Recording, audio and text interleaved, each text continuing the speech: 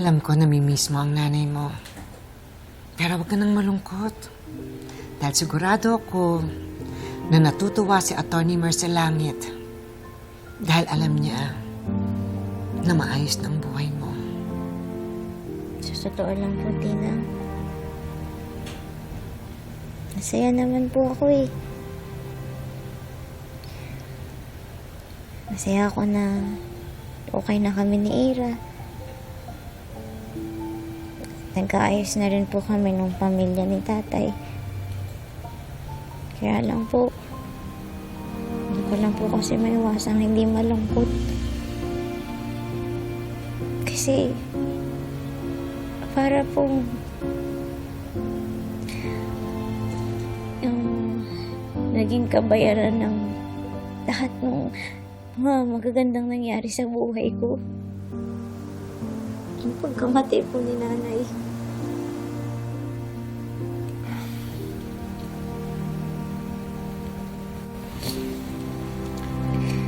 Anak, huwag ka nang mag-isip ng negative. Ang mahalaga, matatahimik na yung kaluluwa ni Atty. Mer. Kasi bukod sa nabigyan ng hustisya yung pagkamatay niya, nakikita niya na maayos na ang lagay mo. Pinapantayan ka niya.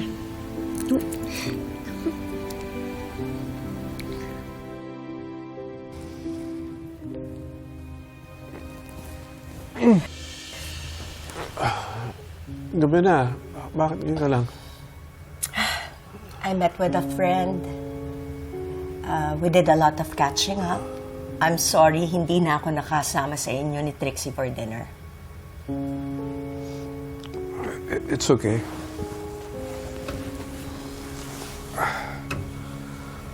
Nasabihan ko na nga pala si Lilette na she's invited to stay over next week.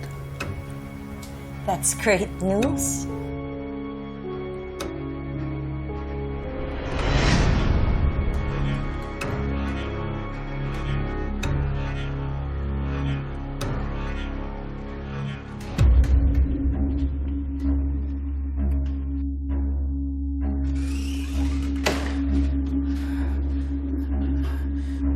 Kung pinuntahan niyo po ako dito kasi akala niyo po ako pumatay kay Atty. Meredith, hindi po ako.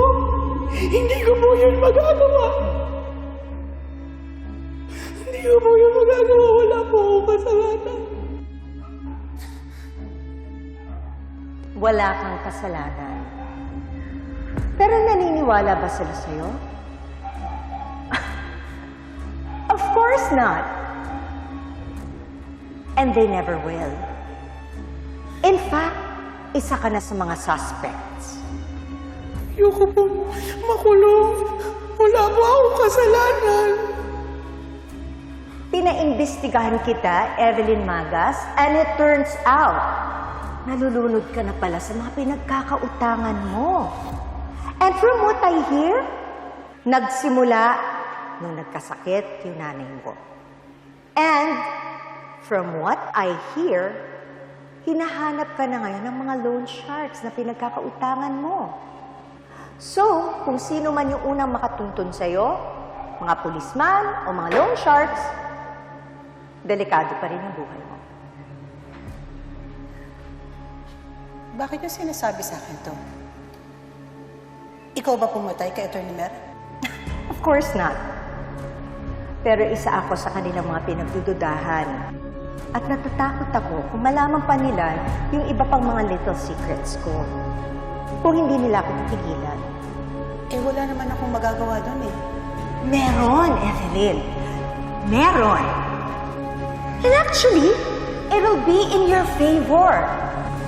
Kasi mapoprotektahan ka ng mga pulis at mapoprotektahan pa kita. At mababayaran mo pa ang mga pinagkakautangan mo with the money I will be giving you. So, hindi na manganganib ang buhay mo at hindi ka na makukulong. Anong plano? Andun ka nung gabing yan, right?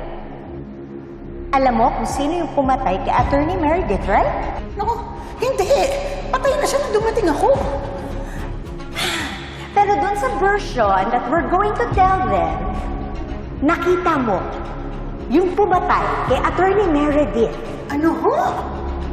Yes, dear Evelyn. Palalabasin natin na nakita mo yung pumatay kay Attorney Meredith at siya yung ituturo mo sa mga polis. Naku, ayoko po magsinungaling. Ayoko po magsinungaling. Ayoko po.